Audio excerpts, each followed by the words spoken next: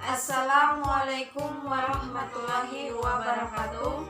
Perkenalkan, nama saya Rostiani dengan NPM 033021111042. Dan saya Mawar Jamaluddin dengan NPM 033021111055. Di sini kami akan membahas tentang pentingkah bahasa Indonesia untuk dipelajari dan ragam bahasa. Menurut Mawar, pentingkah bahasa Indonesia itu untuk dipelajari? Ya baik, mempelajari bahasa Indonesia itu sangat penting karena bahasa Indonesia merupakan bahasa resmi yang digunakan oleh warga negara Indonesia yang terdiri dari berbagai daerah dan berbagai bahasa yang berbeda, sehingga kita mudah melakukan komunikasi dengan orang lain atau yang berasal dari daerah lain yang berbeda-beda bahasa. Ya teman-teman, ternyata bahasa Indonesia itu sangat penting untuk dipelajari. Menurut Rostiani, apa sih ragam bahasa Indonesia itu? Ya, ragam bahasa adalah bentuk bahasa yang bervariasi menurut konteks pemakaiannya. Macam-macam ragam bahasa Indonesia dikelompok menjadi 3, yaitu 1. Ragam bahasa berdasarkan media, 2. Ragam bahasa berdasarkan cara pandang penutur, 3. Ragam bahasa berdasarkan topik pembicaraannya. Ragam berdasarkan media dibagi menjadi 2, yaitu 1.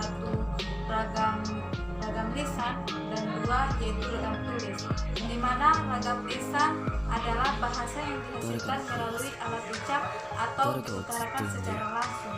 Ciri-cirinya yaitu 1. Memerlukan orang kedua atau teman bicara, 2. Berlangsung cepat, 3. Kesalahan dapat langsung dikoreksi. 2.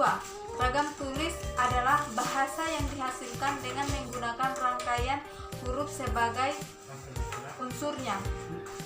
Ciri-ciri ragam tulis yaitu 1. Tidak memerlukan orang kedua, 2. Berlangsung lambat, 3. Kesalahan tidak dapat langsung dikoreksi.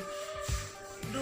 Ragam bahasa berdasarkan cara pandang penutur dibedakan menjadi 1. Ragam dialog, contohnya gue udah baca buku itu.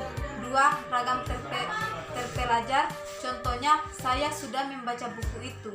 3. Ragam resmi, contohnya saya sudah membaca buku itu. 4. Ragam tak resmi, contohnya saya udah baca buku itu. 3. Ragam bahasa Indonesia berdasarkan topik pembicaraannya. Terdapat berbagai ragam bahasa yang digunakan, dilihat dari topik pembicaraannya.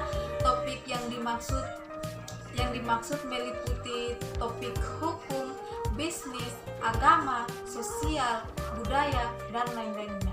Itulah pandangan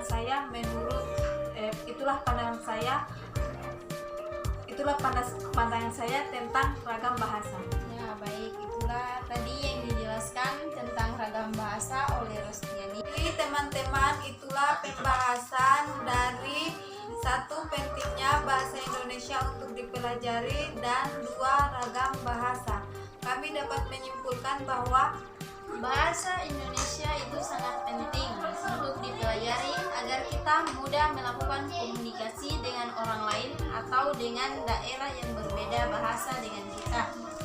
Dan ragam bahasa dikelompokkan menjadi 3, yaitu ragam bahasa berdasarkan topik pembicaraan, 2.